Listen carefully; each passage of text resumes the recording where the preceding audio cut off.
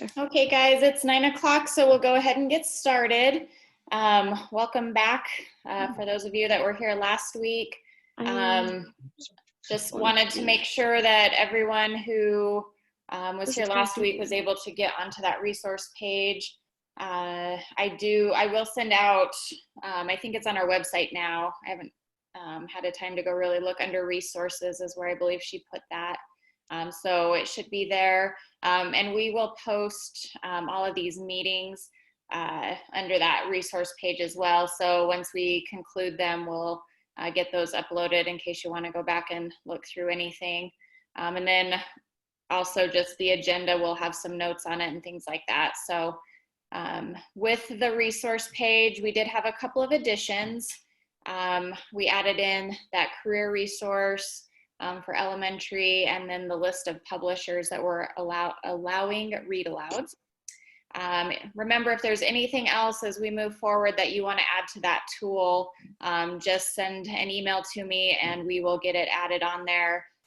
So we have it all in our little one-stop shop to just access it. I know that I've had my principal asked to look at it, just different people looking at resources. So just let me know if there's anything that you guys want to add to that page. Amy, is there anything on that page that, is that something we can share out, or is it something, because I'm trying to set up for my parents for next week. So I'd like to just take that whole section, the tips for parents, and just share it. Can we do that? Yeah, I don't know. I mean, you might have to play around a little with like formatting or make sure it's linked and stuff. But yeah, as far as sharing it, that's great. Yep. Anybody else, any additions, questions on the resource page?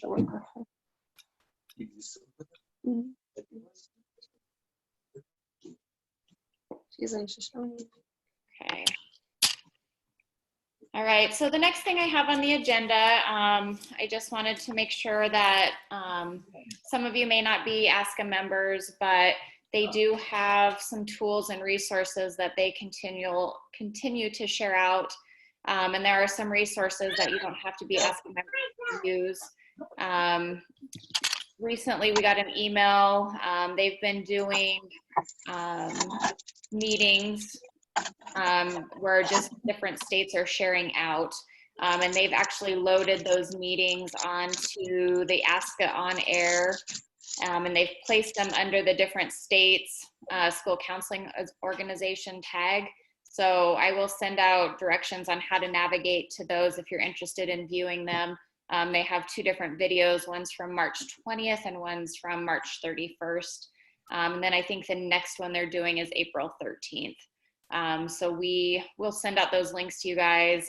Some of you already may have them, but they sold, like not sold out, but they filled their quota like the first couple minutes it was out, and then they had to record it because they just couldn't keep up with everyone wanting to be on the video. So that's another resource for you guys as well.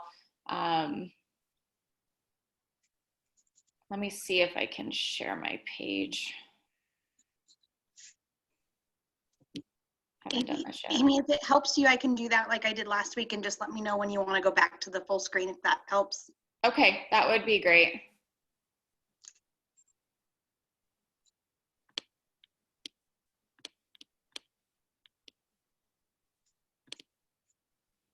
Oops, that's not what I wanted. Okay, so here's just the agenda we're going off of. You'll see under number 2 is the ASCA tab with the SCA is the School Counseling Association. So we'll send this agenda out to you guys if you don't already have it when the meeting's over, and you can click on those tabs to go straight to the meetings. So that's just, again, another resource for you to have. Any questions on that? Has anyone got on and viewed them? So Amy, I have a question, and yeah. This is more just for, you know, I know we are inundated with resources, but at the same time, I want everyone to not have to reinvent the wheel. we did a district-wide mental health K-12 resource, and some of these are the same and some of them are different. Would it be helpful for us to post those links here as well, just so that if a counselor is wanting to pull from some other or some created, they can take that document, make a copy, and make it their own? I mean, is that something that would be helpful to our members? I think so. I mean, I don't want to recreate things if there's already a really good tool out there. I mean, I always like to tweak it and make it my own, but yeah, everyone's saying yes, please. So, I mean, same for everyone else that's on the chat today. If you have those resources and you're comfortable with other people viewing them, tweaking them, send them my way, and we can add them to that page. Thanks, Kara.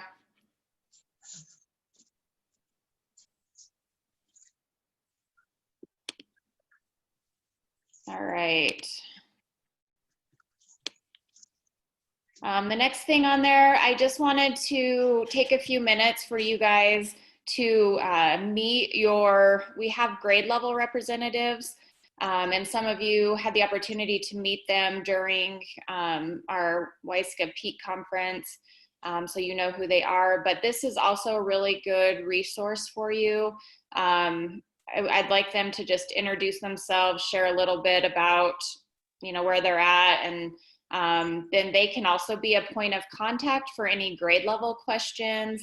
These meetings that we're doing are kind of, K through post-secondary, a lot of information at one time. So if you have a question that's specific to, your grade level and you want to just send it to them and then we can share out the next week, that's another way to do that. And then I've just asked them to, maybe as we move forward, get some things together for you guys as well. But just that point of contact would be something. So we're going to start with Suzanne and have her just introduce herself real quick and go from there. Suzanne, are you on? Yep, I'm here. Can you guys hear me? Can you hear me, Amy? Yep. Okay, I got a new headset and it sounds really wonky to myself. So yeah, if everybody could just make sure to mute yourself. We're getting some feedback from some of you guys if you're not muted. So I'm Suzanne Scott, elementary school counselor in Rollins. And I was trying to see what you wanted us to say.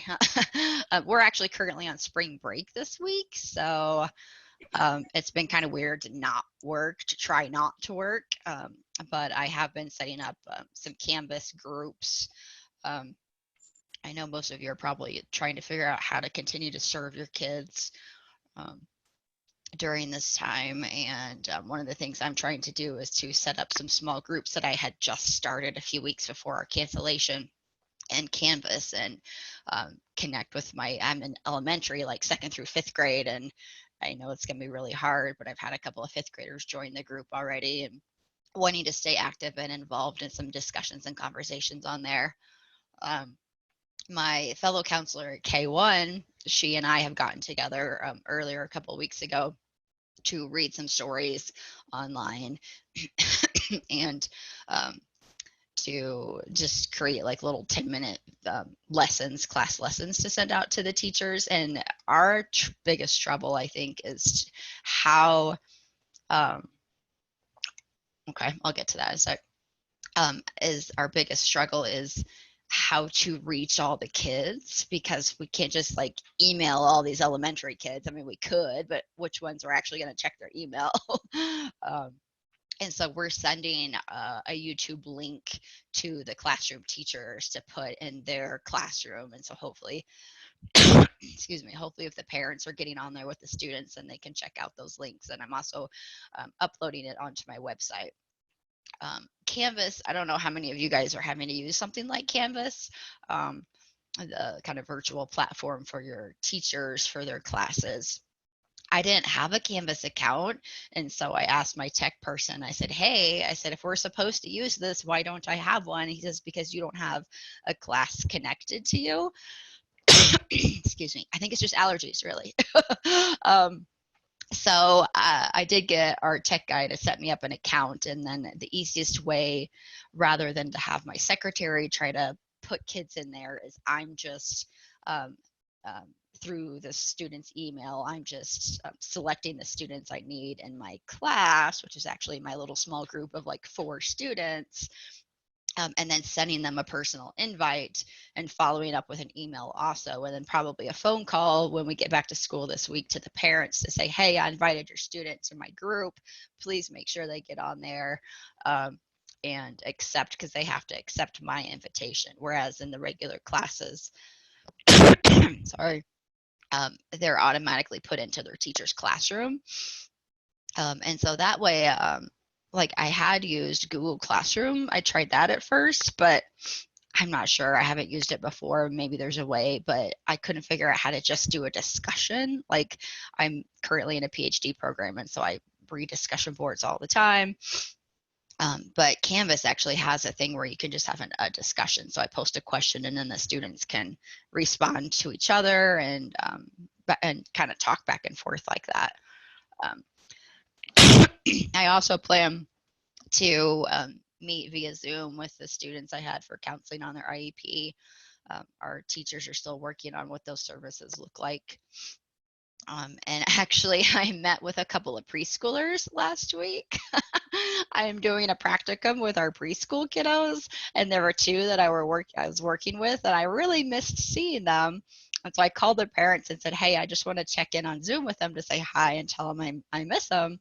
And so that was interesting. It was like a 3-minute conversation, but but it's still that connection, and that's what we're expected to do, is to stay connected with our students and let them know that we're still here if they need anything.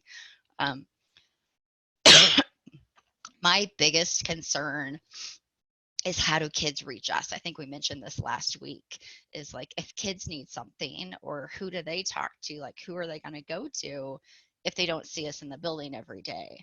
And so that's kind of my biggest worry right now.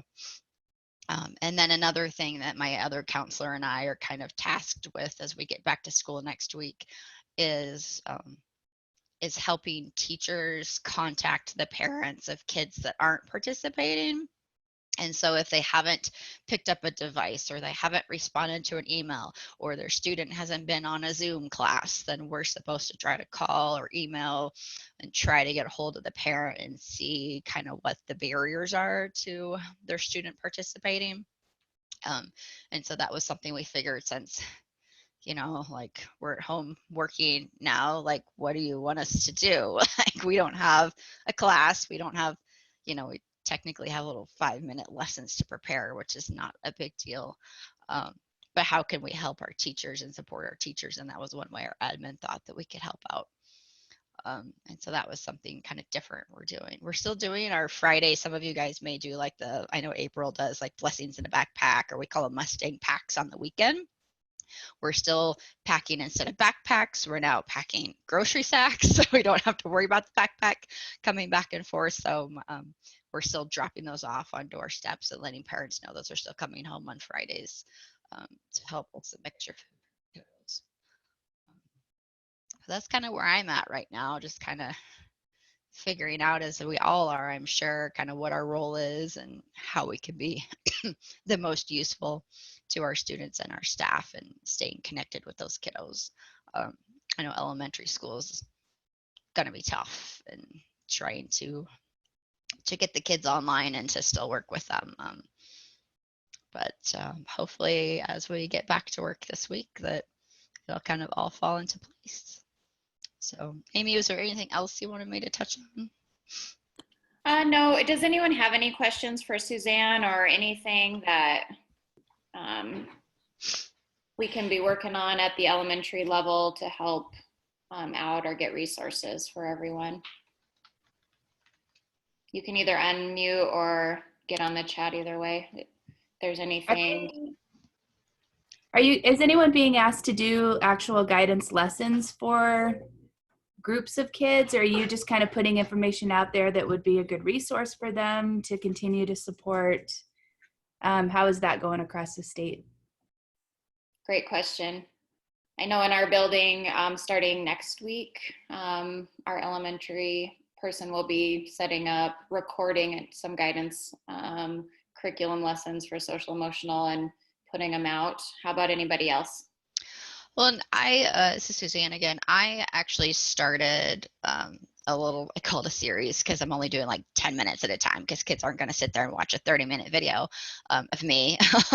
I started doing one based on the NetSmarts digital citizenship for third through fifth grade.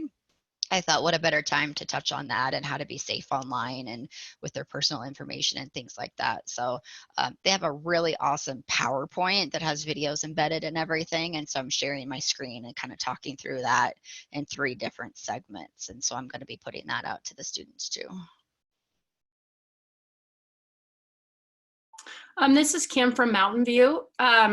Next week we are going to start posting some guidance lessons, but it's just more for enrichment. Our administrator just doesn't want it mandatory, just with the extra stress of everyone. But we're just going to add a weekly lesson, K through 5, to the teacher's Google Classroom.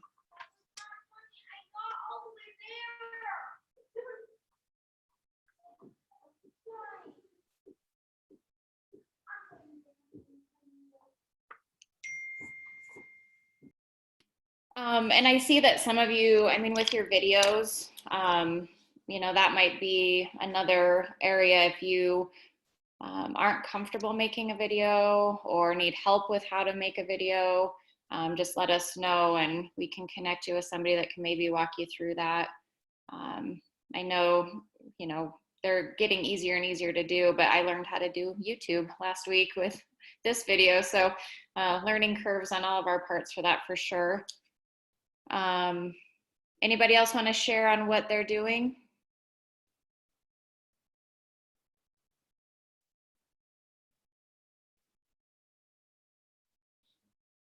Okay, I want to go back to a question that's in the chat. Gina, do you want to get on and just talk about your question? Yeah, so I had a question, and I was on the call last week, but I might have missed it. I was just wondering about, so in our district, and I'm sure in other districts, they're really focusing on asynchronistic learning. So meaning that students can log on whenever to do their lessons. There's no specific time. And that's really, I just, you know, I mean, I believe in that. I think that's really important. But also sometimes they have these opportunities, these homerooms where the kids are going to be able to get on Zoom and see and interact with everyone. And I would like to do some of that for counseling too. But especially with the younger kids, them not being able to attend because maybe their parents aren't home or they don't have access to a computer, maybe they don't know about it. I just wondered if anybody's talking about like equity, you know what I'm saying? Like whether or not, if that's setting kids up for failure or if it's actually helpful, because I'd like to see them, I'd like to do that, but and allow them to connect together. So I just wondered if people had opinions on that. That was actually one of my goals to do starting next week, is maybe by groups, like 6th grade group, 7th grade group, 8th grade group, just so they can stay connected socially, because that's kind of my concern too. I didn't really think about if I wanted to do that with the elementary, but the middle school kids, I was definitely thinking about doing that with. Yeah, and I just wonder, like the kids who are going to get on and be in those groups are the kids who are probably fairly well connected, right? They're going to be like pretty tech savvy. They're probably going to have parents that can like get them on the computer. So like in general, those are probably not going to be the kids that need it as much. So I don't know, I just wondered if we could have a conversation about that and what other people thought about the equity for kids who just really are actually disconnected and are the most at risk. I know for me, that's been my biggest worry, is my kiddos that aren't replying to the emails and aren't checking in. I know that our district has set up, you know, a process with academics as far as if you aren't connecting with kids, this is what we're going to do.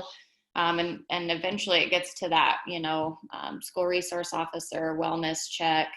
But I worry about equity too. I mean, most of our kids have finally, I mean, we're getting to the point where they all either have a computer or we're getting them a hotspot or we've got them connected with internet, but then just that support at home to make sure they're staying connected is another concern that I have as well. Other people?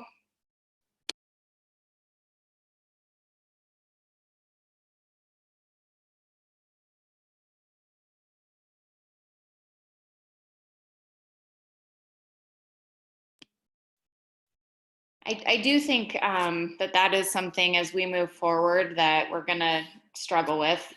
Has anyone had some luck connecting with some of those kiddos that are either, financially are struggling or parent support struggle as far as making connections, keeping them involved? Anyone have some tidbits they want to share out?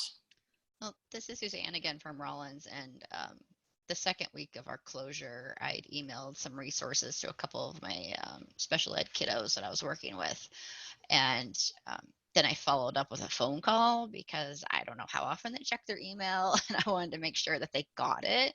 And so I just think those multiple modes of communication, whether it's an email and a phone call, or the Canvas, pushing out stuff through there and a phone call or something, just to check in and let them know, hey, this is out there. Or again, like I was saying with our students that aren't participating, just a phone call to check in. But a lot of times the phone is not going to work, the number's not working, there's no voicemail set up and stuff, and so that's when it gets really, really difficult. And we even had another student, a teacher needed me to drop off some tangible work because she hadn't heard from them yet. And I did go to the house, just knock on the door, did one of those, like, was gonna leave it, hand it off, whatever. But they didn't answer the door. Cars in the driveway, I don't know if they have another car, but I left it in the door.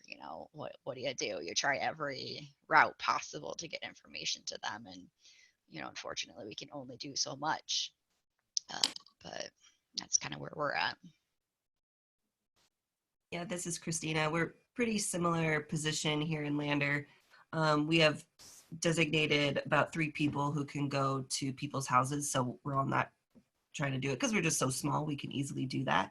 So we have like our resource officer, our attendance liaison, and our Native American liaison. They're the ones who go out to the houses or go out to the res and kind of help us out, making contact with kids or bringing them the Chromebooks if we found that they didn't pick up any. But those 3 are kind of our go-to people. If we can't get a hold of them on the phone or through email, we send them over just to check up on them, is what we've done. Trying to keep things as safe as we can, but it's hard. There's a lot of people that I haven't been able to reach through everything that I've tried. So it's worrisome.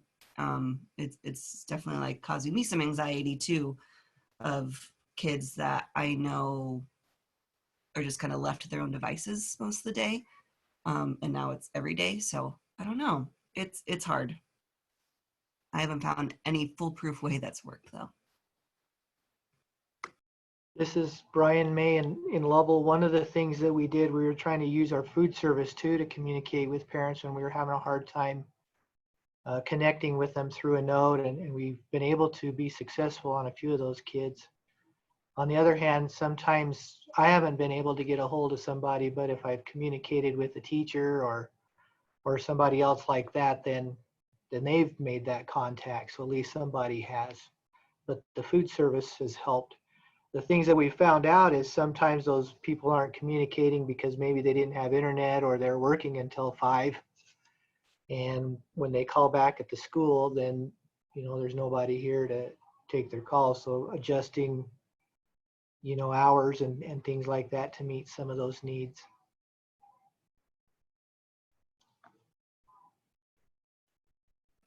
I don't know if any of you have set up, me and the other counselor set up Google phone numbers, so we're not giving away our personal cell phone, and it just goes right to our cell, but just like a different number through Google.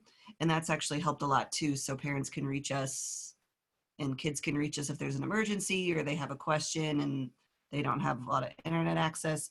That's helped a lot too. It's super, super simple to set up. And I find that just kind of helps that confidentiality, because once this is over, I can take down that number and we're back to normal with my office number. Just a little tidbit out there.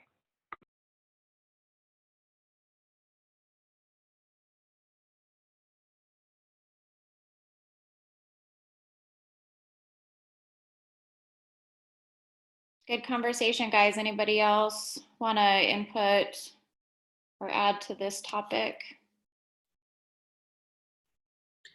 Something that we've experienced in Guernsey, which I just never, I guess not this soon, did not anticipate. We've had families that have just left and didn't let us know.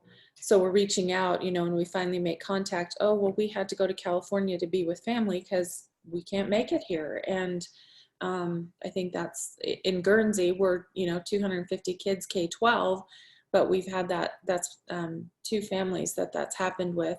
One family, the kiddos went down, they're divorced couple, kiddos went down to be with dad because, you know, extended time, mom has a full-time job, and then they're not coming back. She's going to be moving to Florida while they're with dad. So I think we're going to run into some issues with enrollment. You know, when do we drop the kid? When do we, you know, do we wait for records from another school? Do we continue to provide those services to these kiddos long distance? I think that's going to be, you know, something that we need to maybe, I don't know how, in my building, and I'll talk when we get to our introduction part, but I handle all of the registration stuff when kiddos come in and when they leave. So I'm concerned about that, you know, as far as, and I know it's beyond our scope right now, and it's all a learning process, but what do we do with ADM? Are we keeping these kids? Are we unenrolling the kids? Are they not going to be anywhere? It's just, it's an interesting conundrum that I had not anticipated at all. Well, and I'm hoping we get more direction from the state on all of that. Hopefully, but so go ahead. Somebody have something? I was just gonna say too, we're very fortunate. I know as we look at ADM and we kind of worry about students being lost and different things, you know, and speaking to a counselor that moved to Iowa, and there's a lot of schools that have just shut down. Like they're not trying to contact students. They're not providing anything. And so I love that at least in Wyoming, we're trying and we are offering, you know, I just feel like kids missing 2 months of school is not the best case scenario. And so I just think anything that we can do. So I think sometimes we focus on where we're falling short instead of all the things we are trying to do. So I love how much we are offering to students.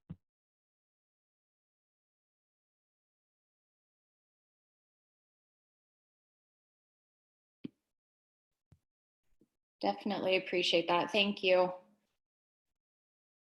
So I'm going to switch over to the emergency response protocol that I see in the chat. It looks like I just got an email from Christy to share out the flow chart. And then I do know that ASCA is working on a virtual crisis response, and once our resources, and once that's developed, they said they'll share it out with us and we can share it out with you guys as well. So as soon as the meeting is over, I will get that flow chart added on to our minutes, and then you guys can, well, maybe I can pull it up real quick.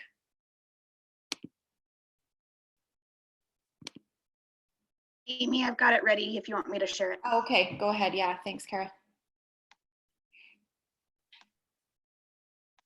Oops, just a second. Small glitch.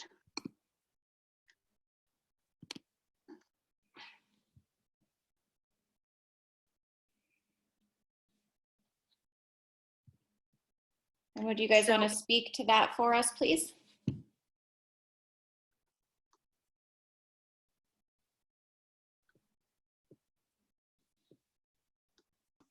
I will jump in on this because this came from Natrona County School District. And I will say that this is a draft copy. The approved copy has a couple of different changes on it, and primarily on that right-hand side in the red, when it talks about referring to DFS or to law enforcement. We also put a note in there that we notify the director of Safe Schools Student Support Services here, so that district is aware that those phone calls or contacts were made. So in developing this, our overall thought was, when we're at home, we are not in a position to adequately screen students that are suicidal or self-harming, and of course abuse or neglect. We always refer to DFS. So this is kind of the flow chart, and as it works, if there is an immediate threat, that is going to go to DFS or law enforcement, whichever one is the related agency. I know that our DFS office is really overwhelmed right now, and it's a little bit hard to get through to them. So we also included that, you know, if we've tried a few times and we can't get through to DFS, then that's going to be a law enforcement contact to try to help make sure that kids are safe. If there's not an immediate threat, but there is a foreseeable, that serious and foreseeable danger, then we're going to get in contact with parents and contact DFS as appropriate. We're also going to look at, is the student assigned to our caseload? Because we're all out here, and who knows how kids and parents are going to be getting in contact with us. And so just making sure that the counselor that generally works with that kid is also notified that there's been some concerns come through. If there's not a foreseeable danger, then we're going to look at, does the student have a primary therapist that we can be referring back to as well? I know that a lot of them have gone to virtual, so it's going to kind of be a difficult balance to find between school counselors and primary therapists. I got to move my screen here. If they have a primary therapist, we're going to recommend that they go ahead and contact that therapist and see if they can have a virtual appointment or an in-office appointment with them. We're also going to ask ourselves, can we adequately support the student over the phone or via other technology, so Hangouts or Zoom or Canvas or whatever that is that we're using. If we can provide that support, then we're going to utilize that technology and everything that we in district have talked about. If we can't adequately support, then in our district, what we decided to do is go ahead and give the family information to our two primary care facilities, because our private practitioners, we don't know if they're available at this time, and those places we know are open, and people can go for needs there. And those places are also working very closely with our private practitioners to know who's available. So then they'd just be referred to CWCC or WBI. Sherry, are you okay with us sending this out to people that are on this, or? You know, I would rather send you the final copy, okay, just because it does have that district contact part at the top. Okay. And I know in our district that's pretty important. So if it's okay, I will send you the final version, okay, and then you could send it out. Perfect. Sherry, I did send it to the A. Mason email, the correct version. Okay, Missy, I'll look for it on my email. Okay. Sounds good, guys. Appreciate it, guys. That's a great tool for us to have. I appreciate you sharing that with us. All right. Anything else on kind of a flow chart or a virtual crisis? That might be something, again, as we get more information, we can keep sharing it out. Like I said, ASCA said that they will be working on that and get us something soon. I noticed in the chat, somebody mentioned Boys Town. I could add a link to Boys Town onto our document. Looks like permission to read books online. So I can add that to our resource page.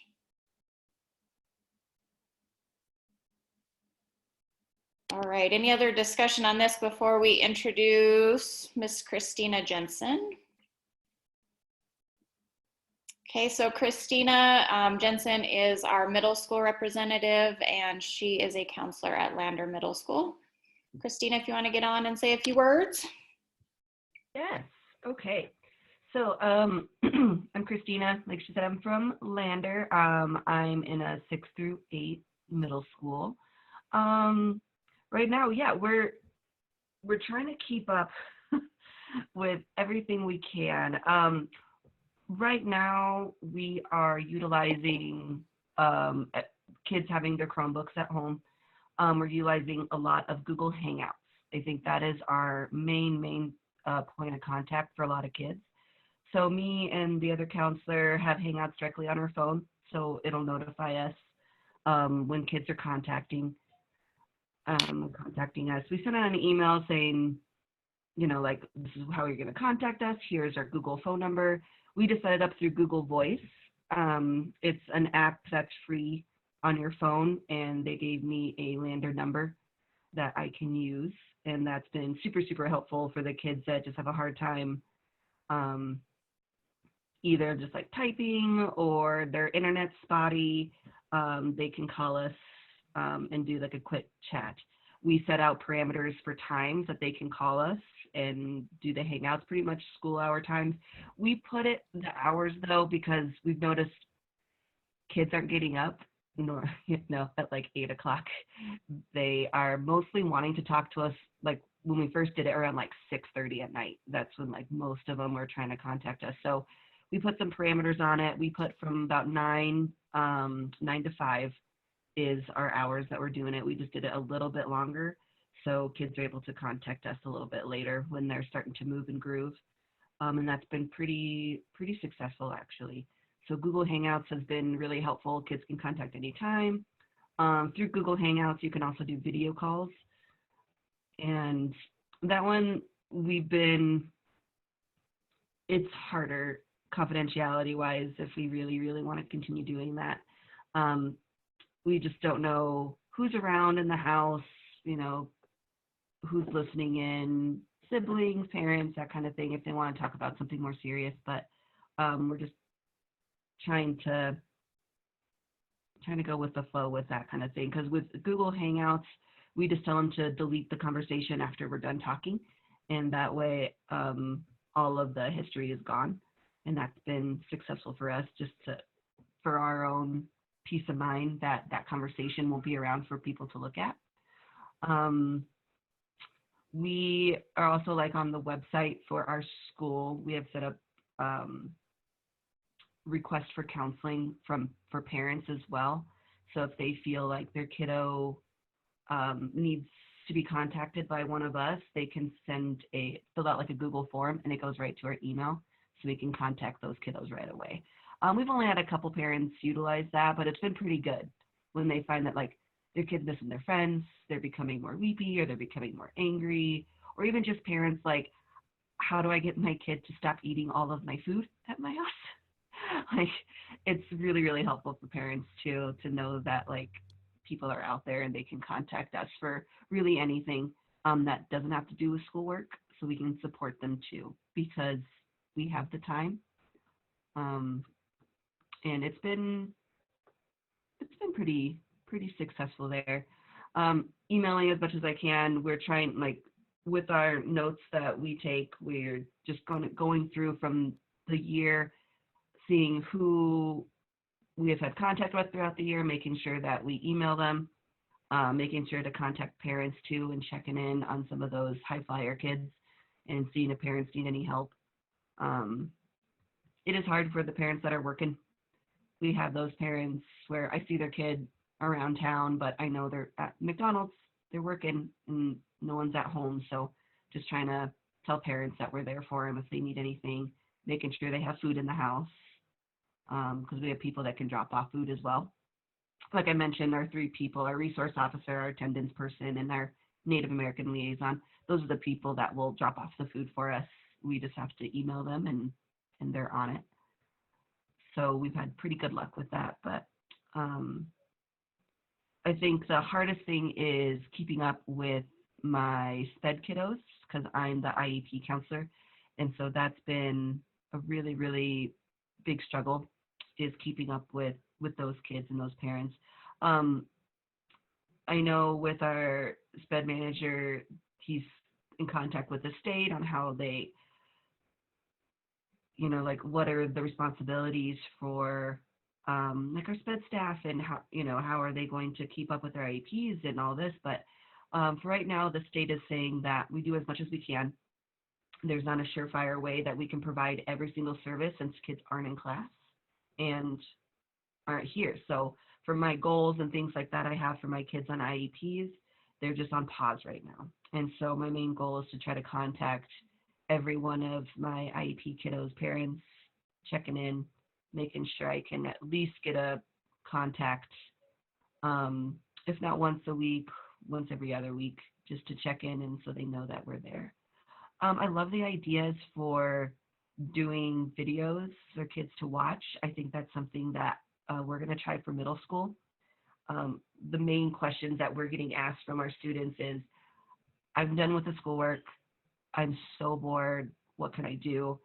So I think we can have some ideas that we can give kids there and just try to keep mindful and things like that. But I'm looking forward to stealing a lot of your guys' ideas because they sound wonderful just looking in the chats. They're pretty awesome. And so I'm just kind of looking at, oh, people are sharing stories and kids with disabilities. Thank you, because I think I kind of need that too. But yeah, Google Hangouts, Google Voice, Google Forms for us to inform, for parents to inform us. Those are the main things that we're using right now. I think that's all I have. Thank you. Does anybody have any questions, or did that bring up any concerns, questions, comments for you? Loving the links on the side. Thank you guys for those. Christina, I had a question. Mm-hmm. Go ahead. I was just going to say I counsel IEP students as well. And one thing that I've offered is I'm just making some coping skills videos to email out to all of my IEP students. And therefore, if for whatever reason they're not able to meet that week, I'm providing that video as kind of my good faith effort of saying I'm still trying to provide my services. And that seems like it's gone pretty well. I've had some parents that have been really interested and have asked to even just send the videos and then also do my check-in just to give their kids a little bit more of those skills during a time where a lot of them are feeling a lot of anxiety and stress. That's awesome. I think that's such a good idea. This is Monica from Gillette, and I had a question. Can you hear me? Yeah, Monica, go ahead. Okay. I was wondering, for those of you that have to go door to door, or for the SRO or the Native American liaison that you're talking about, are they getting like special training, like safety training on how to stay virus free? Or I'm kind of having some anxiety. I've been handing out blessings in a backpack, and just wondering, you know, I mean, of course I've been watching the news and watching all the safety protocols, but just worried about contracting the virus and then also spreading it. You know, I'm trying to use gloves and things like that, but just kind of wondering if any districts have anything set up for those of you that are expected to go door to door to keep you safe.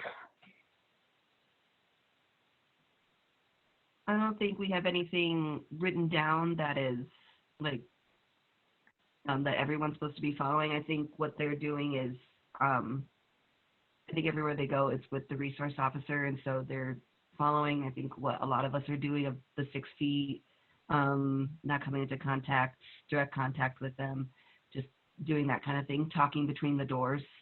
I know a lot of them have been doing, and just dropping things off on the porch. That way we're just trying to keep everybody safe, not going into houses for sure.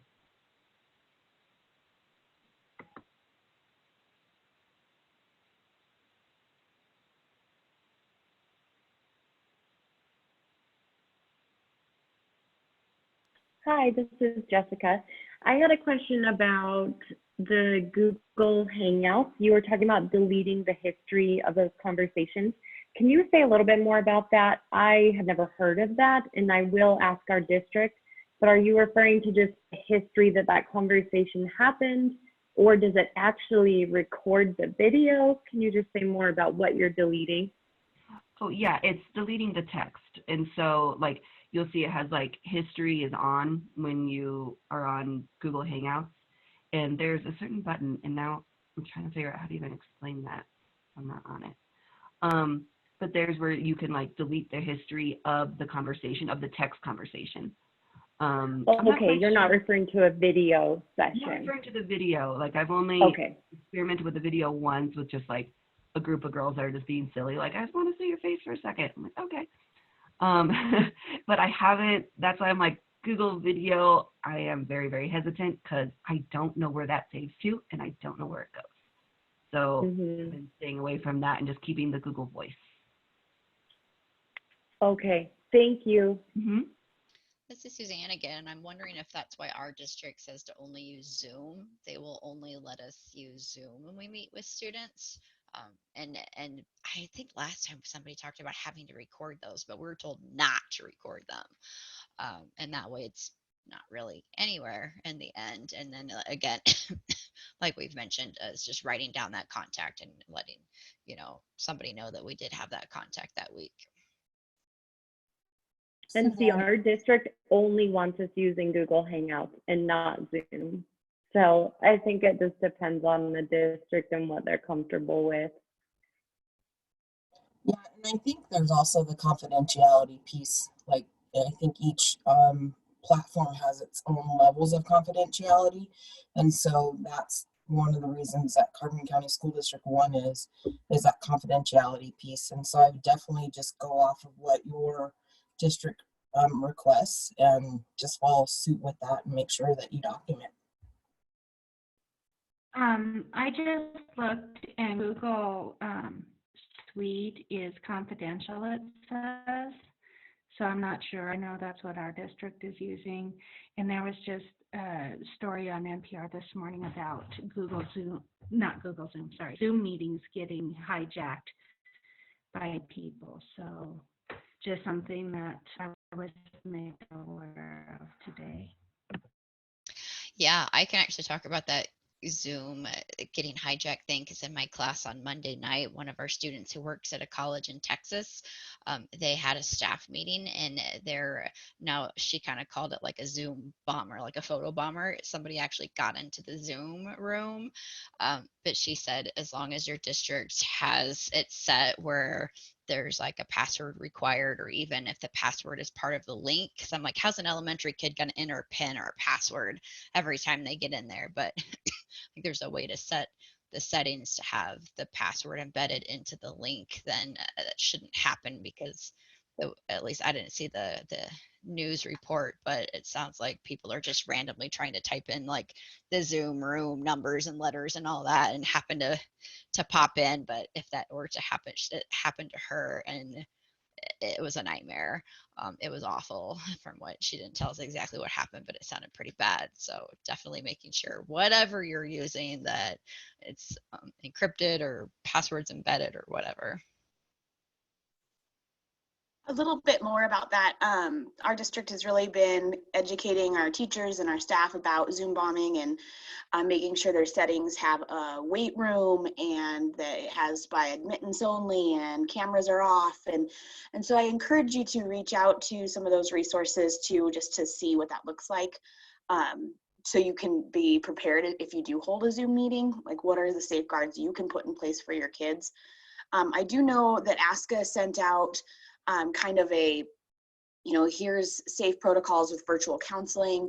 Use what your district is telling you to use. That's a safeguard there, because then you're following their protocol. ASCA will back it up. Here are some general,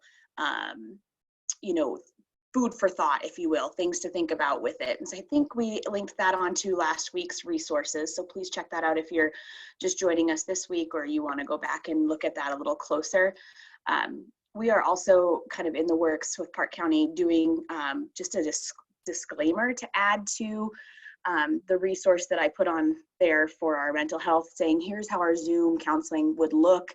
We cannot guarantee confidentiality. We might have some safeguards put in place, like you can't share your screen and those sorts of things, to protect you. So we kind of gave a little bit of a heads up to parents that way as well, as we're learning how to navigate this. But I think the big thing that ASCA said is make sure you understand what your school is telling you to do policy wise, and as far as covering our own due diligence, if we are well aware and kind of prepared for that. I think that I'm hoping that reduces some of my anxiety about it as well.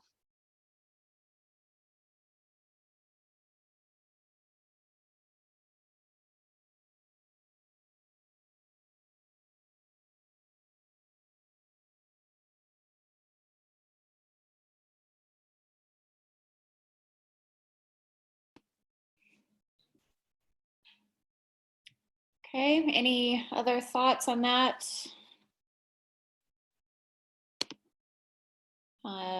Next, I just wanted to introduce Lois Ellingrod. She is our high school representative on the board, and she's at Arvada Claremont. Miss Lois. Good morning. This is Lois Ellingrod. Can you hear me? Yep. Okay. Yes, I am in Arvada Claremont. I am a K-12 school counselor, but I focus a lot on the high school part. We just spent the last week getting ready to go on virtually. So we're going to be starting Monday at 8 o'clock with our students. So we have emails, we have met with parents have come in, students have come in, got their Chromebooks. We've done surveys to find out who doesn't have internet. So out here in our vast miles, we have some families without internet. Our internet provider is working to get them hooked up, but there may be ones without it anyway. So that's been an issue for us. So we're doing what we call packets or flash drives that we send to on a bus route out to those students. So some of those are high school students, so that's going to be a challenge for them to get their work done. So I know one of our biggest concerns is getting our seniors graduated with credits in place. We are small, so ours is a small senior class, but we still have our at-risk students, and they live miles from town here, so we're working on that. We're using Google Classroom, and we've been using that because we're Chromebook-based, one-on-one. So Google Classroom is where everything is pretty much happening. We're going to use Google Meet. I think some teachers use Hangout, but I'm going to be using Google Meets for everything I do. I was trying to think, with our IEP and 504 students, I don't service those as a counselor. We have a mental health counselor that comes in and does that, so I'm not involved with that part. Attendance is going to be probably our biggest issue. We have a dean of students. We don't have a principal. So our dean of students is assigned that, and so every Monday, first hour teachers are emailing out to all of their students, and then on Tuesdays, all the fifth hour teachers are calling parents. So we're going to try that and see what happens. Let's see. So, and then we've been doing food, but we don't have the federal lunch program here. So we have a food pantry that I coordinate that and make sure that we have families that get food. So this is the first week we've actually had parents come in and ask for food. So, and our food comes from the food group out of Sheridan, and they are very generous with their food. So, but I'd open it up for any questions anybody has. I mean, like I said, I'm just beginning this process. We did spring break, and then we did a week of training. So I'm interested to see what other people are doing in the high school level.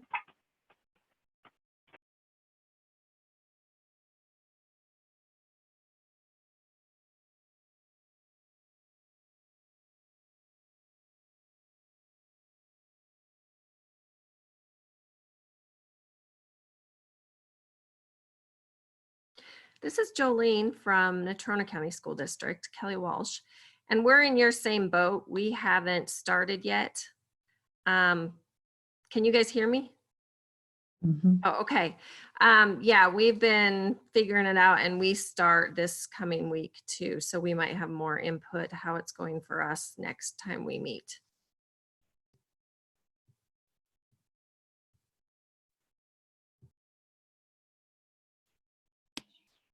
Any other high school counselors want to share out?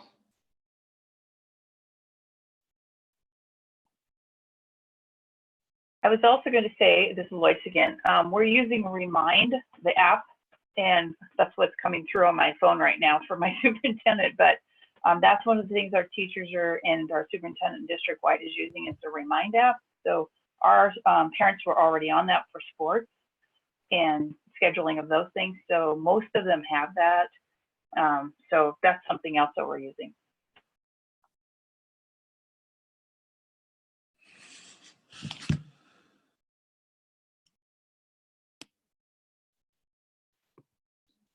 All right, Miss Lisa, you're up. K-12.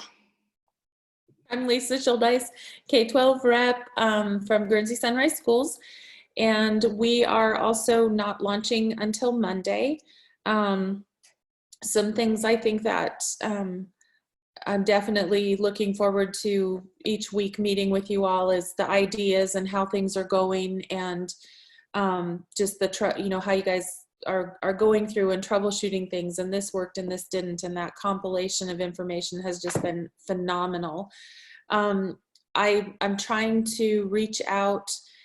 We've had great success reaching all of our families in Guernsey. We found that there are only 7 families in our district that don't have access to internet. So that's truly a blessing for us. We've utilized our breakfast and lunch pickup and we've kind of set up a station there for teachers to drop things off and then for the parents to pick things up. They're walking them out to the cars, so it's kind of a drive-through approach, which it's working really well. I had not thought about utilizing our SRO as a contact point. We only have access to an SRO about once a week, but I know he's super, super willing to help us out. I think that was a great idea. One of the other things that I've been really working hard this week, we've got quite a few new teachers who are just a hot mess. Bless them all. They are needing some extra TLC in whatever way that I can support them. They're so worried that they're not doing enough. What if it's not enough? What if the parents don't engage or the kids don't engage? And I just continually reinforce with them that whatever you're doing something, so that's enough, and really trying to help them over that, and parents as well. I think we're very kid focused during our daytime hours with the kids, but I think at this point it's a whole family structure that we're shifting to, and that's been a challenge, but it's a place we never imagined we'd ever be. So I am not sure what I'm going to do with my elementary kiddos, as far as I would go into the classroom once a week for 30 minutes with my K through 6 kids. So I'm looking forward to digging deeper into some of these resources and maybe just putting some of those things out there to share out with parents and the kids. I've had a lot of students who are, they're reaching me through email right now, but we are a Google school as well. So I'll be doing the Google Hangouts and Google Voice. So interesting stuff.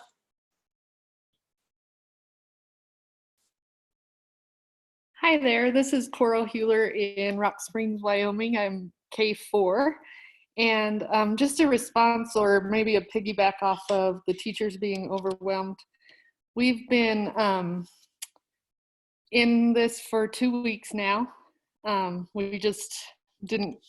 We come off of spring break that week of like the 16th or whatever, and then we just hit the floor running. So one thing that my administrator has been excellent at is slowing down the teachers, because if you guys can just remind them that the main reason we're losing attendance with our kiddos is overwhelming the parents with the teachers worrying too much and putting too much out there, which they have such a good heart and good intentions. But my principal literally told them to connect for 10 minutes non-academically for a day, because all our parents were getting a little overwhelmed, and so they were just doing favorites and then just expectation reviews of how to chat and how to be respectful on chats and stuff like that. And then I was calling our attendance kiddos that weren't getting on.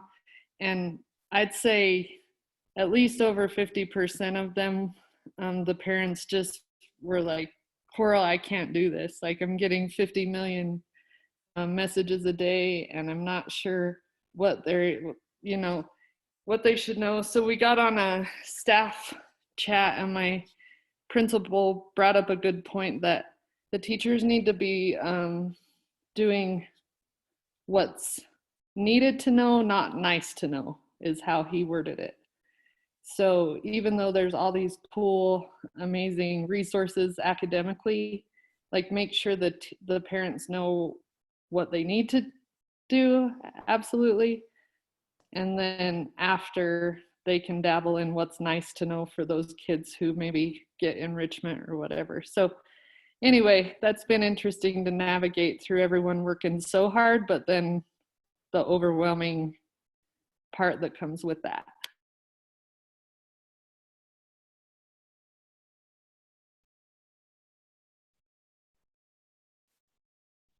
Hey, this is Christina. That's such a good point to hit.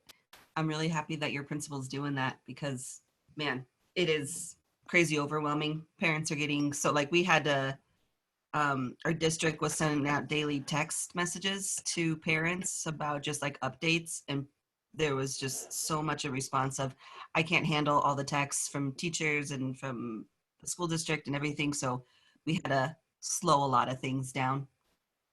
And I could definitely tell, I'm like, yeah, it has to be overwhelming for the parents, because now they have that extra duty of being a teacher as well as the parent and keeping their kids busy. That's gotta be tough.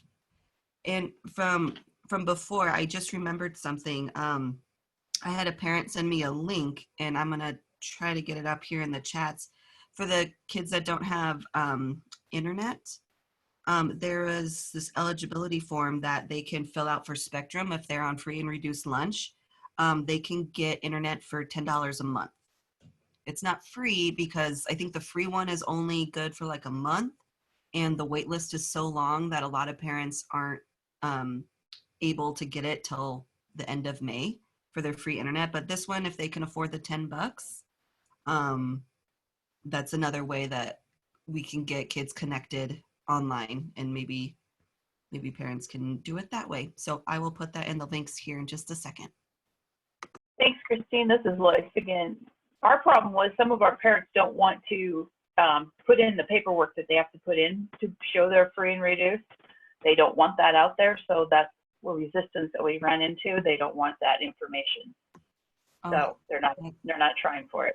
Oh, that sucks. I get it, but that sucks. Man.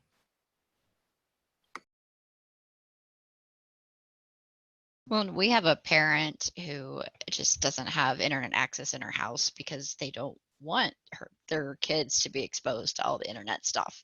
So we're hoping, for educational purposes, if that parent can monitor the student with those resources, that they will do that. But again, it's parents' choice whether you have that in your house or not.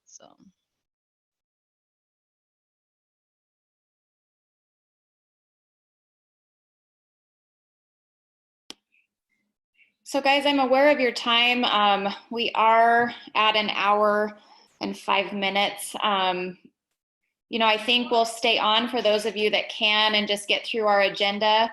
And then those of you that do have to sign off, we will get that posted. And then you can just view the end part of the meeting. And then just please remember, if you have questions, you can email myself. That's my daughter. You can email myself or one of the board members, and we can add it onto the agenda for next week, or we can get you some answers. So we will keep moving forward for those of you that can stay on, okay? The next thing on the agenda was from Shelly Shepard. Unfortunately, she couldn't stay on the meeting. She had to sign off. But she is our post-secondary representative, and I know last week there were a few questions concerning internships. So her response, she has contacted some people, University of Wyoming, and she's waiting for a response from one person, but essentially Some of the interns already have their recorded hours, and others will not be able to complete them, so they're working on extending their graduation dates. So they are getting a plan in place for that, but I know that that came up last week as a concern or a question. And Lindsay, you're on, right? Yeah, I just wanted to say hi to everyone, and I did get an email from Shelly yesterday and was already planning, and I hope to be a part of all these meetings. So I certainly don't want to take anything away from her, but if I can answer questions, and you know, I'm a WISCA member, and so anything I can do from this vantage point to help you all, or you know, do anything I would like to do. And I know Paul Maddox, who is at the Casper campus, also wants people to reach out to him as well, and is trying to figure out how to pay for his membership, and then you will be here. But yeah, anything I can do, again, to support you all, no matter where you are, or follow up with this, please just ask. Thank you. And Lindsay is at the University of Wyoming, working with our graduate level students. So yeah, I probably should have clarified that. I don't want to take up much time because I know you have a full agenda, but I'm the school counseling program lead at the Laramie campus, and really excited to be here. I came from the University of Montana, and rural school counseling is a real passion of mine, and school mental health, and actually this area that has popped up. I'm really interested, as well as Paul, again, new faculty at the Casper campus, about distance interventions, whatever that means. So I really hope that there's opportunity to interact with all, if not, you know, many of you. So yeah, that's who I am, and I should probably note that. So I'm trying to learn about Wyoming and systems here, and I'm really impressed with all that you have done, given again, the timing of things. So again, if there's any way that the program can help you, I can be there. Again, certainly I could speak for the program that we want to do what's best for our students, and obviously for the professionals out there. perfect. Thank you, Lindsay. Does anybody have any questions right now for Lindsay that she could answer?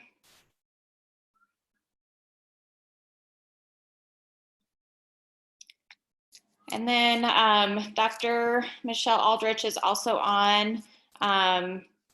Michelle, do you want to introduce yourself? Sure, thank you, Amy. I'm Dr. Michelle Aldrich, and I oversee career and technical education for the state of Wyoming, K through 14. And in my role, I am the liaison to your organization from the Wyoming Department of Education. Some of you may have known Tanya Gerharder when she worked on our career and technical education team, and she is no longer with the Wyoming Department of Education. So in my role as the state CT director, I'm now your liaison. And so if there's anything that I can provide for you or that you need, please let me know. I did put in the chat that I am working with the community colleges right now on dual and concurrent enrollment. So if you have any questions or concerns about your students that are enrolled in concurrent enrollment or dual enrollment and how they're going to be able to finish that and earn their credit this spring, let me know, and I can get you all that information. Perfect, thank you. Does anybody have any questions for Dr. Aldrich while we're on this topic?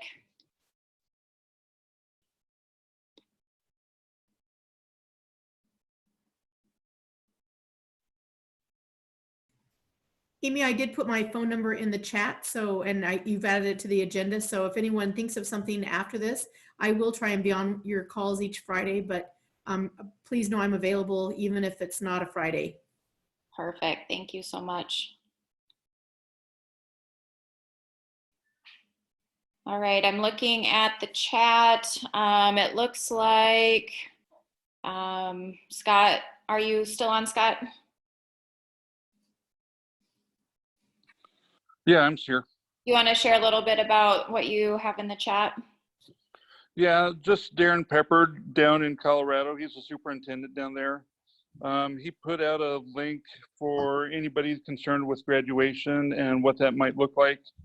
So, you know, I just went ahead and posted that so that we could all, if you're at all concerned about graduation as a high school counselor, you know, really being able to join in on that and seeing what, you know, how we might be able to help make sure that our kids still have somewhat of a graduation, or figure out what that might look like for this spring.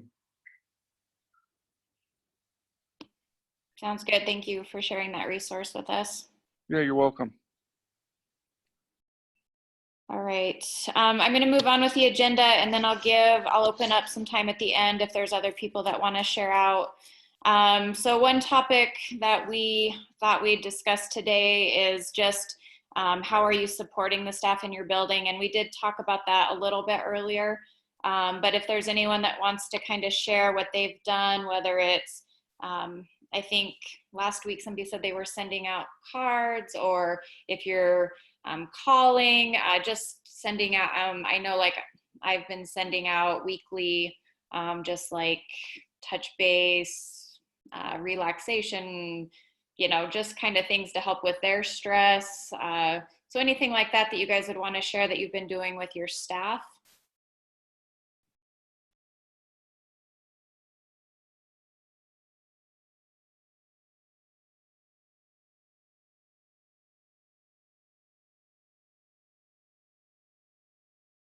So this may sound a little silly, but I've just been kind of watching if I have them on Facebook or, you know, other entities, watching kind of how they're processing and reaching out by text messages to those colleagues that have become friends and just checking in on them. I think right now in our world of social distancing, there's anything more important than checking in on the people that you know, are caring for our kids too. You know, it's a process, and I would encourage you to reach out to your co-counselors or counselors in the, you know, that you've met through, you know, whether it be the different school counseling conferences or whatever. And just, I mean, I think we do this naturally as counselors.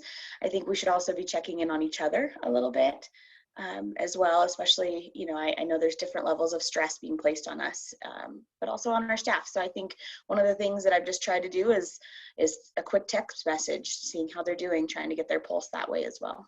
Because I would have done that, you know, I would have walked down the hall and, you know, had that conversation. Sometimes those 2 minutes can mean a lot.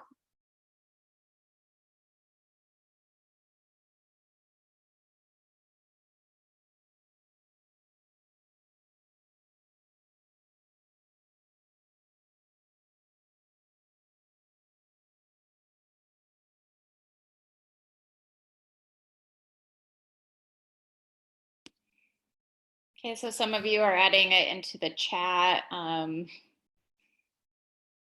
Weekly videos of Jerry Brooks. He's funny. I like that one.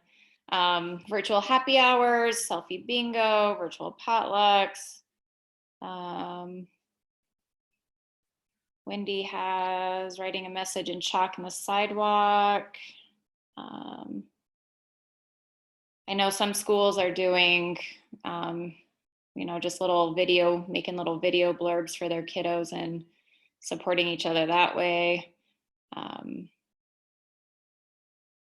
And I know some of us haven't been back full-time with staff yet. So, I mean, this might be something as we move forward that we need to share out again, just on things that you're doing to support, you know, the staff in your building. I know one thing that I've been really conscious of is reaching out to my principal and my admin team, because they've got a lot on their plate. And our principal's been great about reaching out to us. What can I do? How can I support you?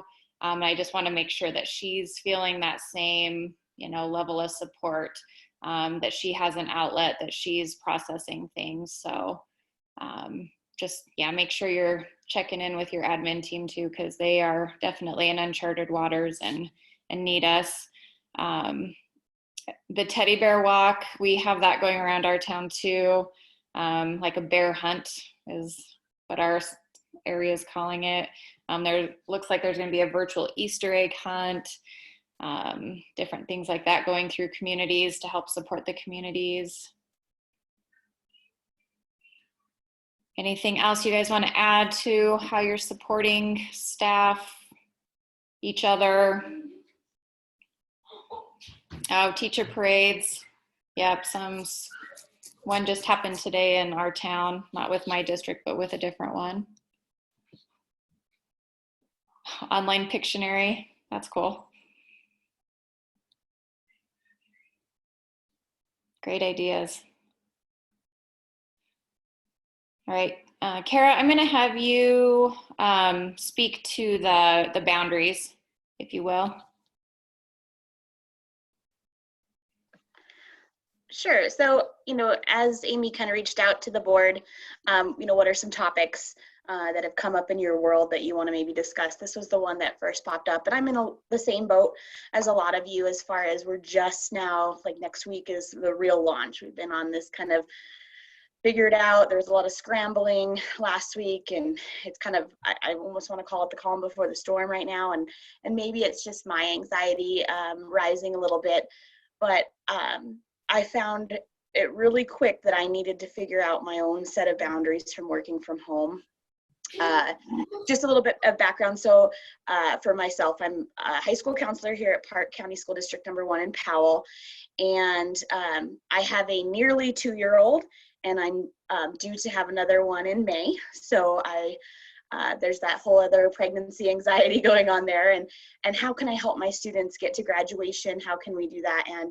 And knowing myself, I tend to be kind of a perfectionist. How can I give everything? How can I be there in all ways and for my family and for my students? And I had to have a little heart to heart and say, okay, you have to set some boundaries because you're overexerting yourself. This is going to be a quick downhill if you're not careful. And so I'm wondering what things have worked well for some of you that have been at it and maybe have your own families or your own elementary age kids that you're trying to school at the same time as be there for others. And I think the first thing that I did, or the one that has been most important, is I needed an office space. I didn't have that. I was working out of the toy room and the playroom, and that did not work with a 22-month-old. And I had to find a place, and even if it's my bedroom, it's better because I can close the door and I have a desk, and that's been really important. And my husband and I sat down, he's also working from home, and we created a chart. How can I get my hours in a day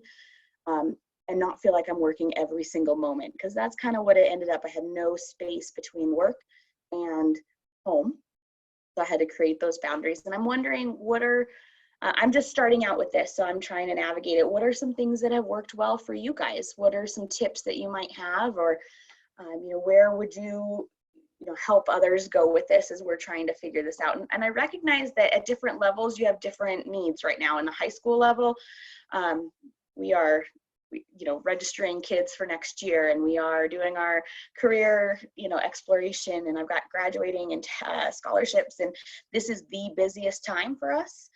And so how are you guys helping each other and helping yourself set good boundaries that way?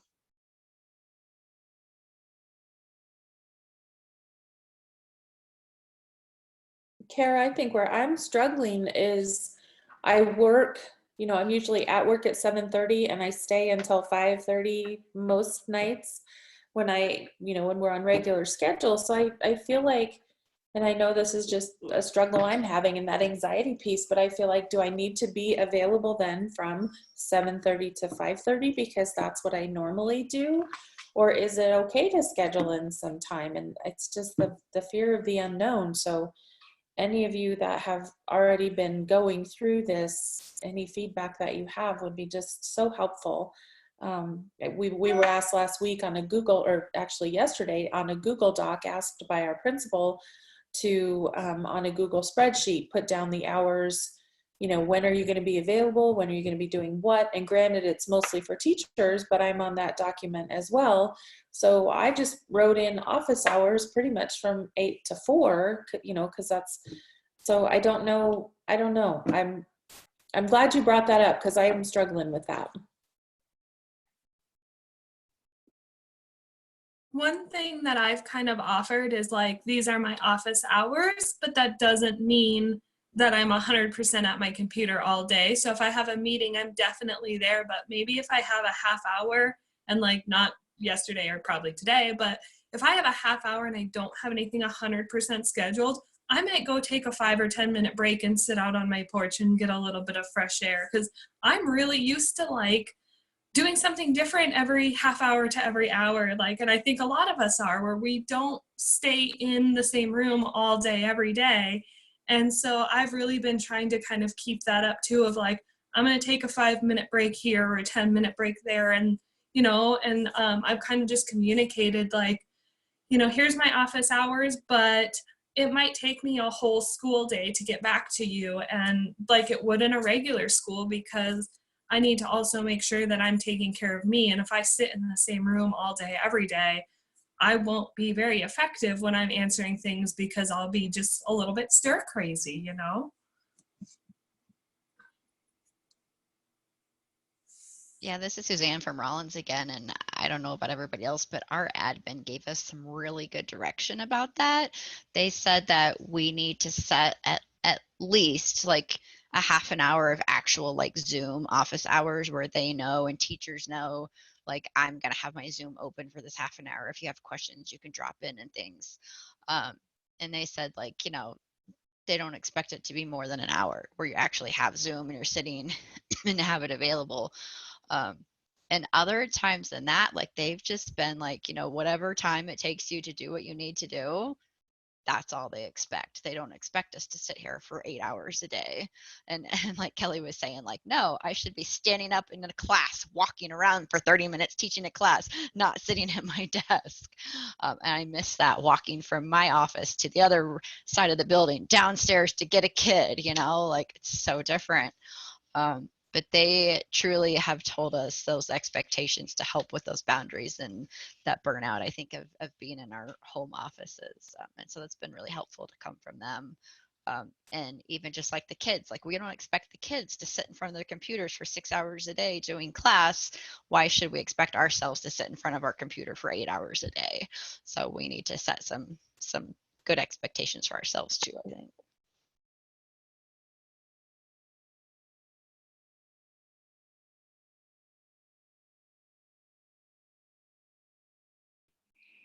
You guys are putting some good things in the chat as well. I do like the idea of like cleaning up your workspace that Spring put in there, and putting away materials. Like, I have a school bag for my daughter and I, and we lay it out in the morning, and then as we progress through the day, we pick it up. So at the end of the day, like, it's done, and it's like that check mark for me. I'm a list person.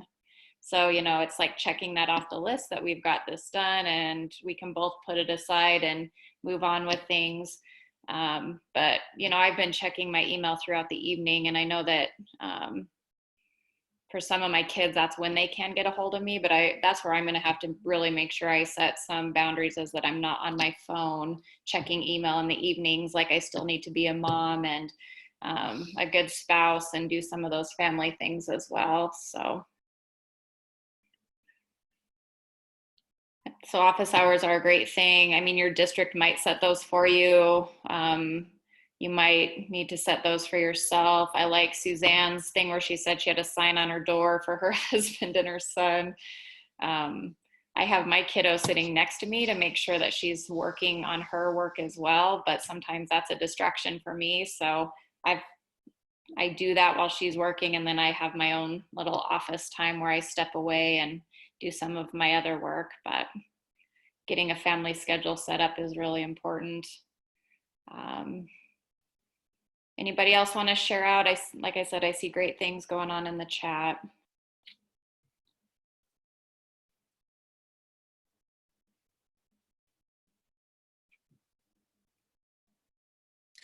Amy, one question that I have, as many of you as are using Google, as the liaison between family and school in my district, that's one of my assigned duties. They ask that I be included in all Google Classrooms that are being set up.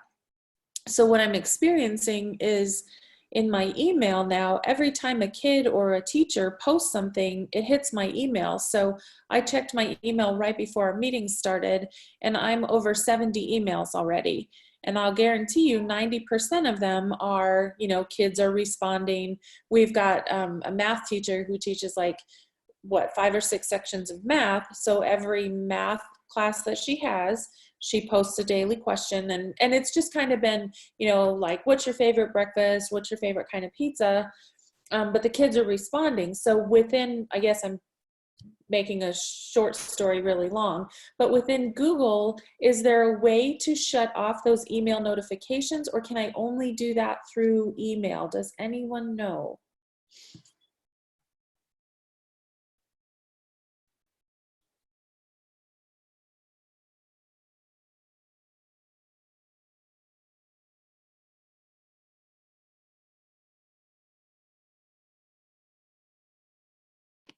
Can anyone speak to that and give Lisa some help?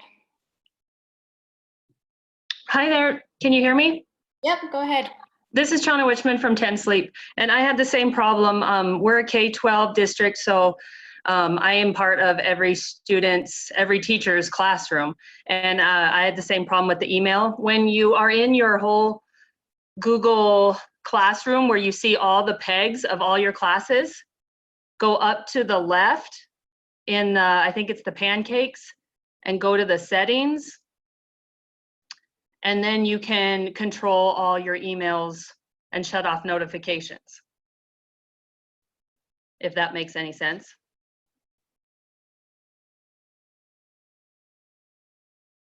Thank you. I will definitely get that figured out. I'm tickled because my emails are killing me.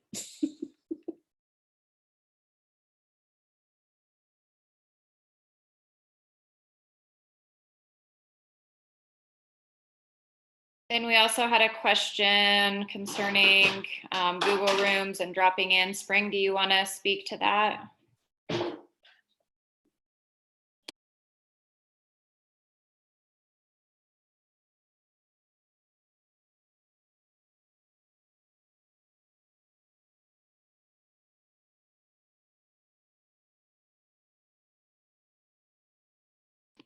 Might not be in anymore.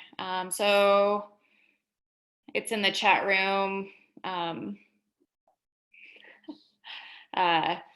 If we want to spend some more time on that, we can. The only other things that really were on the agenda were just relating to, and we kind of have done that throughout the whole chat, is just what's going well, what are some things that we need to think about or prepare for next week. We will continue to just plan on having these meetings weekly.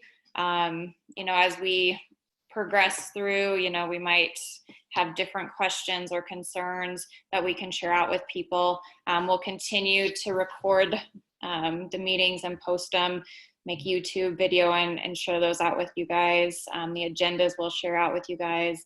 But please don't hesitate to contact myself or any of the board members that you met today if you have questions or concerns or positives that you want to share out and think everyone else needs to know about.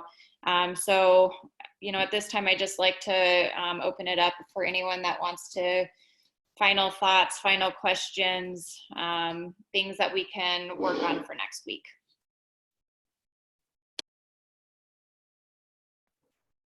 Can I make a quick announcement? Yep, go ahead. Hi, I'm Anastasia Corley from Sheridan College Admissions, and I know most of the high school counselors. And so I just wanted to let you know, if you have any students who need scholarships, I have some admission scholarships. I have about 5 $1,000 scholarships left, and then if you could send me some names of the students who are in need of scholarships, I will review their information and award those scholarships. And then I might find some extra scholarships because I work closely with our financial aid office as well. So if you could send me some student names who are interested in Sheridan College and who applied, I can offer them some scholarships. Thank you so much. And I will put my information in the chat. Sounds good. Thank you. Thank you.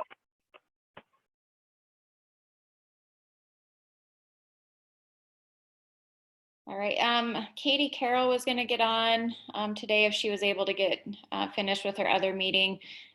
She is part of the Wyoming admissions officers as well from the University of Wyoming. So I had just asked her if she wanted to share out anything, but I don't think she's on, so we can try to have her come next week. Anybody else share outs, obstacles, things that are working well that we haven't already touched on?